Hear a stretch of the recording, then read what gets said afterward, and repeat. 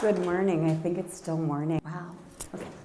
I'm going to ask you something. How many of you want all students that come out of our school systems to be happy? Yes. Yes. Successful? Yes. Content? Yes. Good at reading and writing? Math? How about scientific reasoning and thinking deductively and inductively about things? We do. And not only do we need that, we need our students to think. We need them to think, to solve the world's greatest problems. In fact, not only do we need them to think and meet our expectations, they need to go beyond expectations. At our manufacturing company here in the Poconos, Human Resources rates their employees. Even the workers on the factory floor will not get promoted unless they exceed expectations, not meet expectations. We live in a different world. So our question could be, how do we get there? How do we get there to have young people grow up to exceed expectations? Well, you're right, you're thinking about it, right? How do we do that? Their home, their mom, their dad, their family. Well, it's also their teacher. Because research has shown back in the 90s, and even now has been supported by the Gates Foundation, that the teacher is the most influential person in a student's achievement. It's the teacher. Yes. And the Gates Foundation went further on to show that not only is it the teacher, but the teacher that has particular characteristics. So they looked at students who scored in the 75th percentile in their standardized test. And they surveyed those children across a gamut of ages, and 76% of them said that my teacher cares about me. We forgot to ask the teachers what makes a great teacher.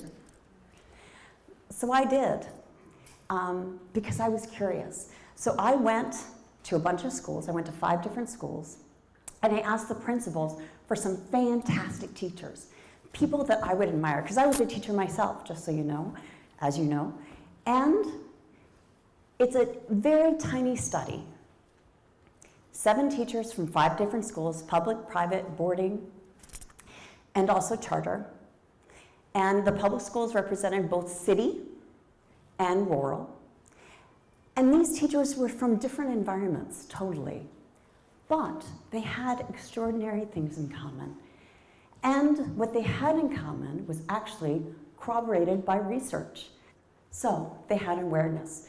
We've talked a lot about awareness already today, awareness of the system. Well, you might know, or you may not, that in 1852 to 1917, compulsory education was coming through in the United States. But at that time, all these different schools were doing so many different things. So right in the middle of that time, in 1892, the Committee of 10 was formed to standardize curriculum to say, you know what is a high school diploma? What does it actually mean if all these people are doing all these different things? And this group was put together by the NEA, by the way. But it was a bunch of university professors and commissioners of education, and it was a bunch of men, quite frankly, that don't look like me. They don't represent me, and also it was at a time where the automobile was just coming along. It wasn't really functional for people at the time, let alone computers. See, you see, sometimes we make decisions and we perform actions based on information that is now obsolete. That reminds me a little bit of what we're doing now in education. We're making decisions and we're performing actions based on what is obsolete. So as a result, we handcuff our teachers. We handcuff them. How do we handcuff them? We handcuff them because we know that people learn at different times and at different ways. We teach people as if they all learn at the same time. I was told when I was in 3rd grade that I would never learn how to ski by a ski instructor. When I was in 6th grade, I could ski. Okay? But to teachers, we don't do that. We tell teachers they have 40 minutes a day to teach all their kids, and they get these lovely pacing guides, and we tell the teachers, oh, guess what? If your kid's not on that level, it's your fault. Hurry up. Teach them better. Try this strategy. We have another obstacle, and we all have the same obstacle. You do, I do, and most of us do. And that is that we have a personal experience. It has been modeled for us what a teacher is supposed to be, what I'm doing now. We're supposed to be lecturing. And we spent over 2,000 days watching that model that we've internalized as what something is supposed to be. Do you know that they say it takes 68 days to form a new habit? That's on average. We've spent over 2,000 in the old model. How hard is it going to be to break that model? It's hard. So we have a mismatch. The mismatch is between how learning occurs and what our system of learning does to our students. Sorry, we have a lot of teacher frustration, a lot of it. In fact, we have a ton of teacher attrition as well. In fact, 40% of our first-year teachers either leave their job or they move and go to a new school district. And do you know that winds up costing the United States over $2 billion? Just that movement. In 2014, we got a little bit of wake-up call to Stacy Starr, who was rated Teacher of the Year a year before in Ohio, decided to quit teaching. She was Teacher of the Year. She said, I can't drill them and kill them anymore. She taught special needs students. They didn't learn at the same time or in the same way. And she was about to make them try. She couldn't do it anymore. And Stacy Starr noted something. When she was leaving, she said, it's not somebody's fault. And this is what she said, God bless her. It's not the teacher's fault. It is not the principal's fault. She didn't blame her administrators. It's our system. Because our system was predicated and built upon different understandings of learning than we have now. But we all now need to be part of that solution. So how do we do that? How are we part of the solution? Well, we need to change. And we need to think of our teachers as co-designers. That group that we never asked how we could modify education. But you see, it's not just teachers as the designers. You see, there's certain particular characteristics that those key teachers have in common, these fantastic teachers. And you know what? It's actually a little bit humbling. And those are going to be shared with you. So let's first look, why do teachers have to be designers? Because when you're a designer, you take ownership, not only of the road and the destination, but how you get there. In fact, we know that your brain waves actually increase when you are designing something or when you make a decision about something. They did this awesome experiment where they gave a bunch of people a task and you had to do it. So the people did it. And their brain waves and going around. But when they gave just a simple choice, you could do this or this, do you know there was increased brain activity? We know that.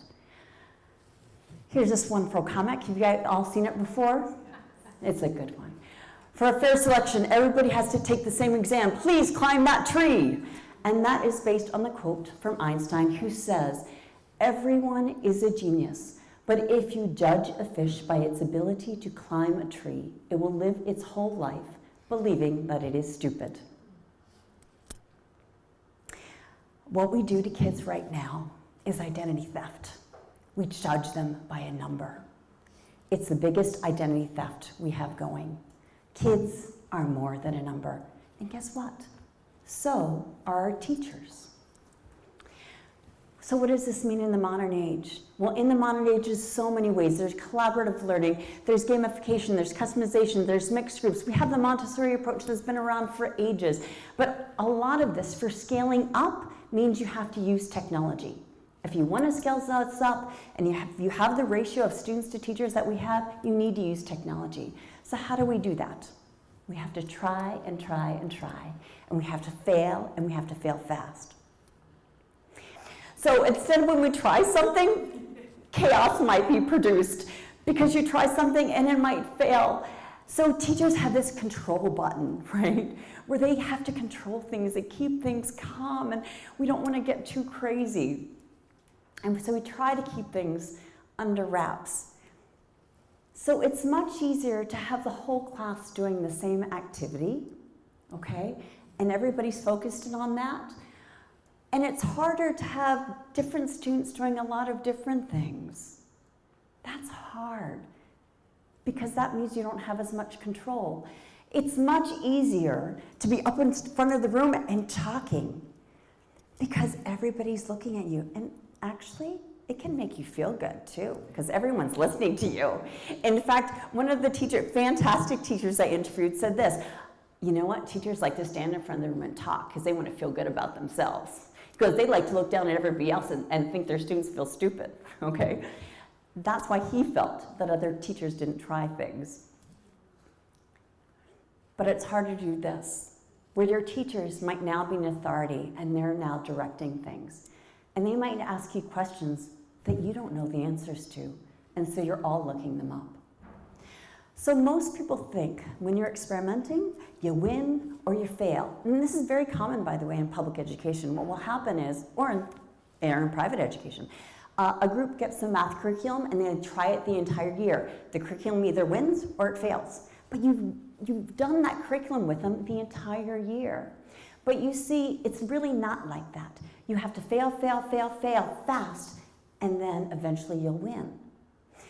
Jack Mattson said, your propensity for success is based on your threshold for failure. Jack Mattson, he was the author of the book Innovate or Die, and he believes in intelligent, fast failure. Intelligent, fast failure is to move as quickly as possible from new ideas to knowledge by making small and manageable mistakes, not huge ones that are going to wind up affecting our kids, because we don't want to fail too much, right? Because if we fail too much, it's affecting a child. It's affecting their learning. So how do we harness this? This is something that has to be researched further. One of the things that we know that a teacher has to have is a growth mindset. And we know that because when they have a growth mindset, they're trying new things. There's one principal who says, I want to see teachers fail. I want to see them fail when he's observing them. I want to see how they are going to pick up. He wants to see a growth mindset. So, for this growth mindset, one of the things that I think is key from these teachers, these fantastic teachers that I interviewed, is that they collaborate together. Collaboration is hugely important because we have this very exhausting thing about human nature. And that is that the reassuring lie is much easier than the inconvenient truth in our brains. The other aspect is teachers can plan together. In Japan, lesson study is very common, where teachers all will go around and work on the same lesson. They'll then branch out, do the lesson, and come back and think about what worked well and what didn't work well. However, just so you know, that lesson study method came from the United States. Okay, we just don't do that too much anymore. So what we need is, we need professionals. We need professional teachers. What do you mean we need professional teachers? Well, teachers are different, okay? Some teachers like chaos, some teachers like order, some teachers like doing different things, and different teachers have different gifts. When I was a teacher here in Stroudsburg, some people used to say to me, hey, Beth, you're a good teacher. And I'd be like, no, I'm a good thief. I go around and I watch everybody else with eyes, and I see what they're doing is good, and I steal it from them. And now as a professor, I do the same thing with my colleagues, my professors that are peers, and my colleagues that are my students. They give me great ideas on how to improve. And so we can't expect all teachers to be able to do everything equally well. Teachers need to learn from each other. We have to humble ourselves and say, you know what, I don't do this so well. And another teacher has to come out and say, you know what, I can do this. Here are my ideas. Again, in my study, there was a gentleman, and he said, you know what, I don't think I'm good half the time, but I have this other one that I work with, and she encourages me. And she tells me how I need to improve. And you know what, I interviewed her separately, and she said the same thing about him. It went both ways. So if we continue as business as usual, we're going to come to a dead end. Because no matter how shiny and how much glitch and how much technology that we put into our systematic way of doing things, we know that people don't learn at the same way at the same time, so we're going to get to a dead end. Oh, we might raise our test scores a few percentage points, but it's not going to get us to where we want to go. But we have this opportunity for what we know about learning. We have an opportunity because we know that people have different kinds of intelligence and we have different ways. And it's not if you are intelligent, it's about how are you intelligent. How can we nurture that with each student? Maya Angelou has a saying, we delight in the beauty of a butterfly, but we rarely admit the changes it has to have gone through to achieve that beauty. Are we willing to make that change? You know, a butterfly, if it goes into its chrysalis and you try to help it out of its chrysalis and make things easy for it, it actually won't work because it has to push that fluid from the inside of its abdomen out to create those wings. So that butterfly has to do it. We have to empower our teachers. So we have to reboot.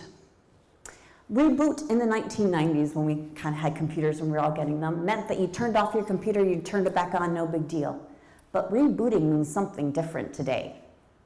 Rebooting means there was probably an update that I have on my computer right now. It probably means that that update's going to have to run. And after that update runs, your computer's going to come back up, and it might be unrecognizable. And you might get really frustrated, but you're aware that that update is going to happen.